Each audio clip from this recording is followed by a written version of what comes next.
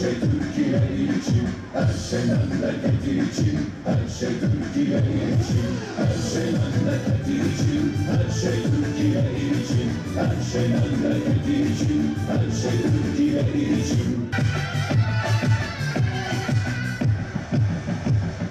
Kıramadık elleri, kıramadık elleri, hoş tuttuk gönülleri. Rütbemiz şanımızdan, rütbemiz şanımızdan, damarda kanımızdan, damarda kanımızdan. Kendi hak olan doğrumuzu, hak olan doğrumuzu, duyun çağrımızı, duyun çağrımızı. Herkese bağrımızı açtık memleket için, açtık memleket için, açtık memleket için. Temasıyla samimiyet, gayretle AK Parti, öncü millet, memleket, derdiyle dertli.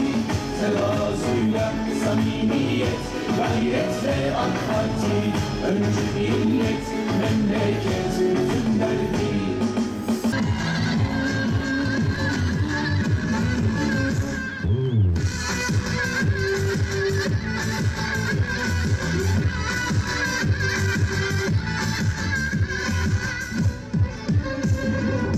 Açtık memleketi için, açtık memleketi için, açtık memleketi için. Her şey memleketi için, her şey Türkiye için, her şey memleketi için.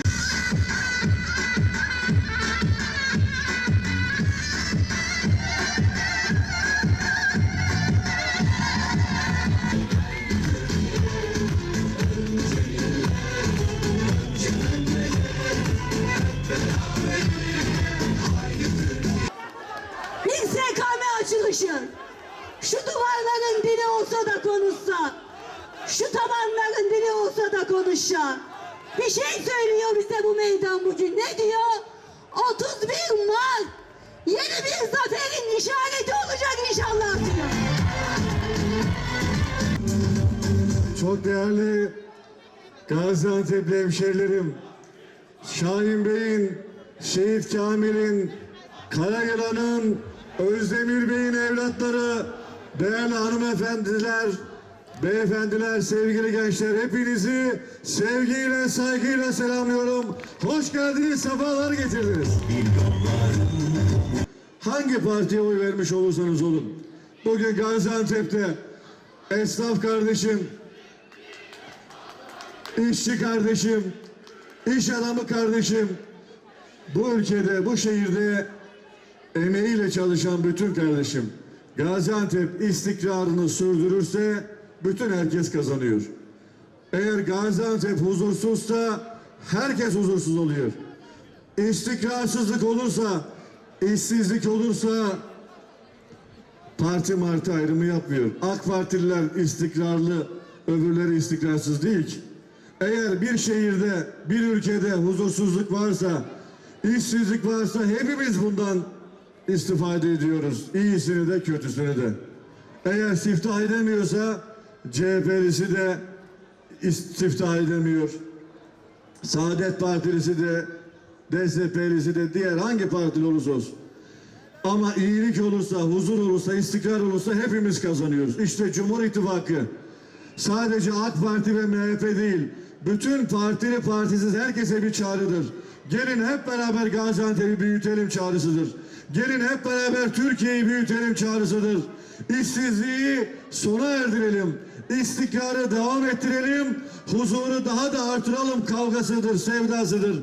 Bizim derdimiz memleket derdidir, sevdasıdır. Ama karşı tarafta benzemezler bir araya gelip bir ittifak kuruyorlar. Peki ne diyorlar? Ekmeği daha fazla büyütmek için mi bir araya geldiler? İstikrarı daha fazla artırmak için, Gaziantep'i daha fazla büyütmek için mi bir araya geldiler? Hayır. Tek dertleri AK Parti gitsin. AK Parti gitsin diye bir araya gelen bir balon oluşturuyorlar. Bu balonu FETÖ şişiriyor, balon şişiyor, balonun ipini de Kandil'e veriyorlar. Ama bu balon ittifakını 31 Mart'ta Gaziantep söndürecek, balon ittifakına son verecek inşallah. Türkiye'yi, Gaziantep'imizi daha da büyütmeyi hep beraber sağlayacağız. Bakın kardeşlerim, ezan okunuyor, CHP'li bir aday ezana saygıdan sesini kesiyor, dinliyor. O arada mikrofon açık, kendi aralarında konuşuyor.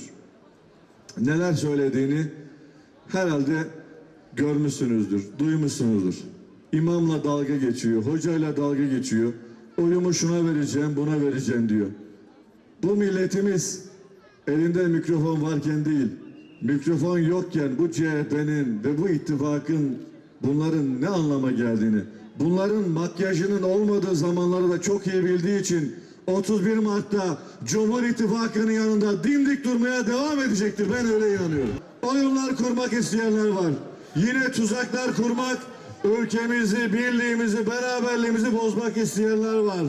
İçeriden ve dışarıdan senaryo yazanlar var. Ama onlara şunu söylüyoruz ki bu ülkenin kaderini bu ülkenin vatandaşları tayin eder. İçeriden dışarıdan siyasal mühendislikler değil, senaryolar değil, tuzaklar değil. Bu ülkenin geleceğini Şahin Bey'in evlatları belirler, Şehit Kamil'in torunları belirler. Bu ülkeye rol biçmek isteyen, bu ülkenin önünü kesmek isteyenlere 31 Mart'ta sandıkta Osmanlı tokatı vurmaya hazır mıyız?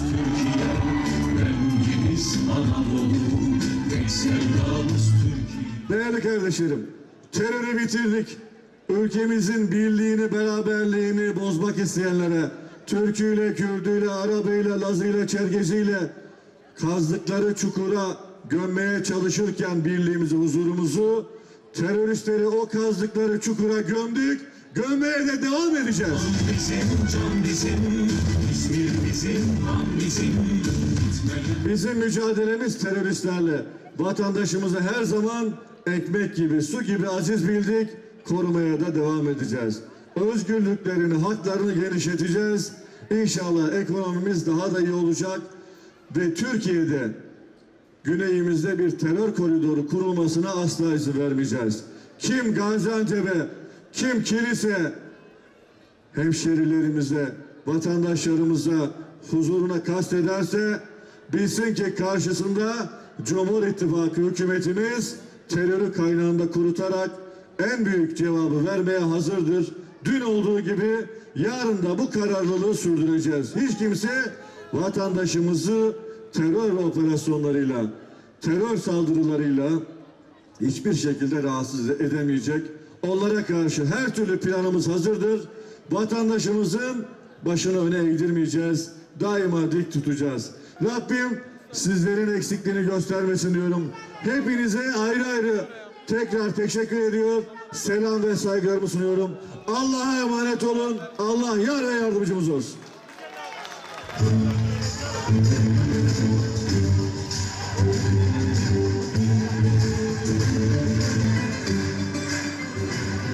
Evet, hazır mıyız Gaziantep?